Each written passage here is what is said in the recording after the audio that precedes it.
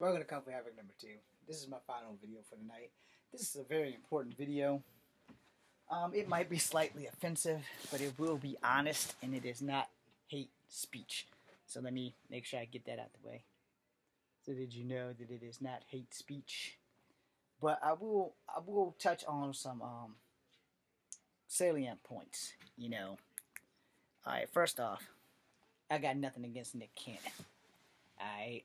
And I recently watched on the news that he got fired for saying unbecoming things about people who are not of color. Alright, I'm going to word this carefully because clearly he did not. First and foremost, I am multicultural. I am Cherokee, I am black, and I am white. I am the only person on earth that I know for sure does not have the right to be a racist. I also have the right to call each one of those three races that I am biologically connected to out when they do some wrong stuff. I've made plenty of videos stating that I don't think you should be fired for what you post on Instagram, Facebook, TikTok, whatever. That's my personal opinion, because if I was anybody's boss, I'd actually go out and have a life instead of troll for things for people to find a reason to fire them. Now, I know that, certain companies, they let you know off the bat. So if you got a Facebook and all your posts are lewd, crude, and unbecoming, if you want to keep your job, you can no longer post stuff like that. Or if you're going to post it, then you probably need to post it on private so that your companies can't actually see it, which is really a good strategy when you think about it. I pretty much am an independent filmmaker. I don't really have a boss, but if I get a boss, or like someone from The Walking Dead or Disney or somebody up and says, okay, here's how this works, James. We love your Kung Fu Havoc channel. You cuss too much, so if you're going to continue to do that while you're under our employee, we assist that you don't have anything that has anything to do with cussing. You can do the Kung Fu thing, keep your political things off of there so that we don't have to deal with the blowback of that, and that would no longer be a problem. Because I'm not really a politician. I don't really like politics. I like making money, but everybody likes making money because we need it. But I also want to be happy. So let's say tomorrow Disney decided, hey, we've seen your Scarlet Spider stuff, the stuff that I'm working on. We're going to give you a job and let you play this guy and send you all over the world and let you play Scarlet Spiders. Here's the condition. You got to shut down Kung Fu Havoc number 2 until your contract's up. Done. However, I want permission to open up a channel specifically dedicated to the character in which I'm playing so that my followers can go over there. Once my contract is up, maybe they'll come back to Kung Fu Havoc number 2, because I'm sure as hell going to open it back up. There has to be a limit on your freedoms when you're working with certain companies, alright? And I get that. And, they're going to scan my shit. They're honestly going to scan my shit. And the most thing they're going to say is, okay, Mr. Williams, we see you do a lot of Kung Fu stuff. We see you talk a little bit about politics and racism and stuff like that. If you could dial that down a bit, like maybe once every 8 months, and say, I can stop it completely, just keep me working. You got me making films or have a TV series, I won't have time to get on this machine and make videos. I won't have time to get on this machine and post stuff because I'll be busy working. And if I ain't working, I'm going to be working on working. I'm going to be one of those guys. You're going to have to fire me to get the hell away from work. And they're like, let's say tomorrow, I got on Days of Our Lives, and it's like, we need you to play this guy for the next 2 years. Done. It's like, you gotta not post on your YouTube, So let me make one last post on my YouTube channel and let them know what's going on, so that I won't be on for a while. I'm not gonna shut the channel down, but I just won't be on for a very long time. Because 600 damn days is a long time. So that'll be that. And they're like, well, we've watched your Instagram. I have no worries there. No one's really following me on Instagram, so I have no worries there. I have 5,000 or so on Facebook. I'm pretty sure they'll let me have those, but because no one's really paying attention to anything that I say anyway, And I usually only make videos that have something to do with martial arts. Most of the time. Unless something racist happens and I have to chime in on it, because me being Cherokee, black, and white, I think that my opinion does matter when it comes to racial stuff, because I'm the one guy on the planet who does not have the right to be a racist. And now, the thing with Nick Cannon, just in case you thought I was off track, I haven't forgotten where I was at. The thing with Nick Cannon is that as a professional, he's already made it. So he really has to tread lightly. As a professional, for me, I haven't made it. And I've been at this business for 19 years, 20 years in September. Because that's when I went to the first movie studio here in Virginia that just decided, oh, we don't do kung fu movies. That's an M, just in case you weren't figuring that out. I was going to do it like this, but my wrists don't really work right now. So I could have did it like this, but screw it. Anyway, that studio is still existing. They just wouldn't give me a job because they don't make kung fu movies. I hate liars. But anyway, moving on. No, I'm not holding a grudge on that. It's just a concept that I could have actually been working versus cleaning toilets. Weigh the pros and cons on that. Working, being happy. Cleaning toilets. Working, being happy, cleaning toilets just to get by. Weigh the pros and cons on that, and you'll understand why I'm a little high-strung about that crap. And it's the only reason why I didn't leave Virginia, because, we got the studio coming here. I ain't got to go nowhere. My dad's in bad health. My mom's in bad health. Boom! I can still be acting. Yeah, that really didn't work out the way I planned it. But anyway, back on the thing. How we present ourselves once you make it. You have to change the game. Alright? Not everybody is going to be as calm, cool, and collective as Tyler Perry or Oprah. When you playing with big money and you representing big money, you got to watch what you do. You literally have to be on better than your best behavior. Alright? Now, I'm not picking on Nick Cannon. I'm not a big fan of Nick Cannon, so I'm not picking on him. But the point of the matter is, did you know, he's working with big money. And not everybody's got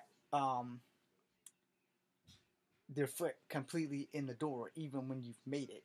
Even when you've made it, you have to understand the one thing that us actors that have not made it know. There's always somebody hungry. I'm hungry. There's always somebody who's more than willing to step up and be the yes man. And yes, I will be a yes man. I will brown nose. But I'm not licking the hole. I want to be happy. I want to be paid. I want to be on TV every day instead of making little videos. But, right now, Corona's done destroyed everything. Nobody's really able to travel, and I don't have any money to go to California. And if I go to California, I got to have enough money to stay there for at least 26 days. Because the first 14 days, I'm going to have to quarantine in whatever hotel is blessed for me to do that. Then I also have to eat. Yeah, you got to eat. Got to have toilet paper. Got to have shower stuff.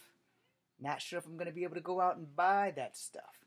And they may not have one of those mail slots in the hotel room where they can just drop the toiletries off at the door. Then I got to be able to have enough money to pay for the place. So I got to okay, well, how much is it for the fucking 28 days that I'm going to have to be there? Because if I have an interview or if I have an audition, I can't go to the audition if I'm quarantined for 14 days. Which is 14 days that they're not going to see me. Which is 14 days that I'm not going to be able to get the part that I'm applying for. No.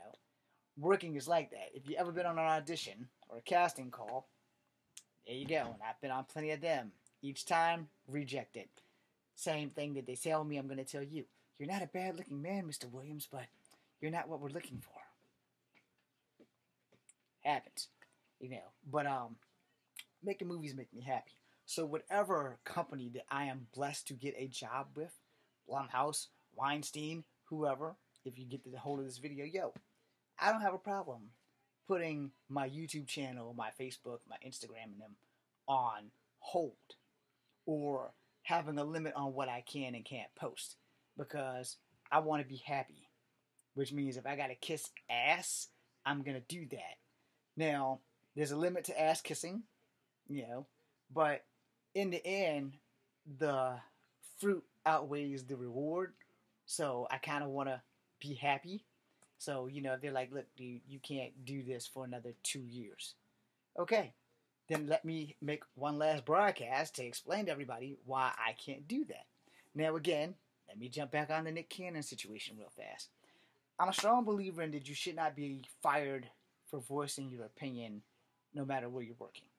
I honestly believe that. I think that it really kind of makes the companies look worse because they're firing you for how you feel, and most people can't help how they feel.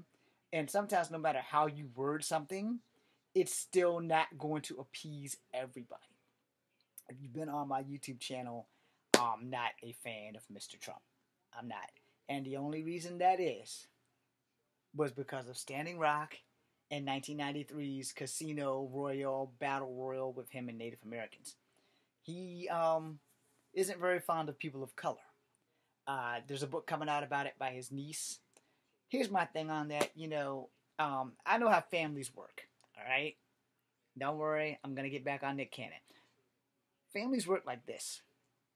If you have one successful person in the family, you have 55 other people in that family who really don't like that person and they don't want them to succeed. Where if you have a smaller family where that person's success feeds the entire family, they will do everything they can to make sure that person stays successful. Now, back on the Nick Cannon thing. Again, I'm not a fan of his, but I don't think that he should have got fired for his opinion. And here's that thing I'm going to probably have this come back to bite me in the arse later, but I'm going to say this because it's a true fact. If you're working for a company, I think that they should have limits on what they can't allow you to say. And, when it comes to anything racial, they should have no bias of that. Because I'm mixed, all right? And I will be honest with you. I am mixed, and I have never gotten work, period. And all the casting calls, and I've had acting classes. I've literally had acting classes. Thank you, Miss Stapleton. Thank you, Mr. Ruff, because they were giving me chances. In high school, Miss Stapleton forced me or pushed me to do better. I wouldn't say forced. Sorry, Miss Stapleton. But she encouraged us a lot to just keep fighting for the dream, like not giving up on it. And at the time, I really didn't want to be an actor. I just wanted to be a police officer. I wanted to get the hell out of high school. But when I got into acting and I fell in love with it, Mr. Ruff also pushed me to do things that I wouldn't do because I don't want to be a theater actor. I suck at theater. However, my Peter Fawcett reviews were so good that they never let me come back. But I would have gladly came back as long as I don't have to cut my hair because my hair is naturally curly and I'm two-toned, as you can see. And being part Cherokee and being part black and part white, I honor my heritages. And I don't think that when it comes to me doing a job, especially an acting job, that I should be fired for my opinion on racism. Which is kind of how Nick Cannon kind of got fired. But I don't know exactly how the interview played out because I'm not a big Nick Cannon fan, so I didn't really pay attention to that. Granted, I've never really watched the episode of The Masked Singer. I watched a few episodes of Wildin' Out when it first came out. But when you're trying to get your career off the ground, you don't really have time to watch people who've already made it do their thing. Alright? So, yeah, that being said, I really think that we should all take a knee on what companies are allowed to fire us for. Now, if this comes back to bite me and Disney says, no, James, we're not going to let you get a job in anything Marvel. And if the CW is open to hiring me as Apache Chief, I would gladly take the job. I am a Marvel fan, first and foremost. But I am also a DC fan. I'm more Marvel than DC, but you got to work with whichever one's going to give you the job. Same thing like if Dark Horse Comics came out of nowhere. Besides the new Spawn movie, excuse me, that's Image. But if Dark Horse Comics and Image Comics came out of nowhere and just started blowing comic book movies out of the water with stuff from them, and it was Todd McFarlane and Rob Liefeld who decided, hey, we want you to play in Youngbloods, and they make a Youngbloods movie. I'll be Die Hard because I'm always in a suit and no one's gonna know who I am. Plus, I do kung fu, and I'll be Shaft with the arrow. I will be anybody but Chapel. Okay, I don't want to be Chapel. Outside of that, I do Stormwatch. But I have to be the original Battalion, even though he doesn't really last long. So hey, I'm a comic fan, so any comic character I would kill to play. And it's the same thing. I'm gonna have to make a second video that's not attached to this one, but about actors and stuff. All right, so this is Kung Fu Havoc number 2, BC and you.